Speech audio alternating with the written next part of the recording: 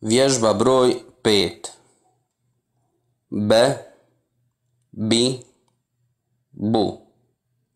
Ne, ni, nu. Den, rabun. Neb. U vježbi broj 5 upoznajemo se sa harfovima b i n.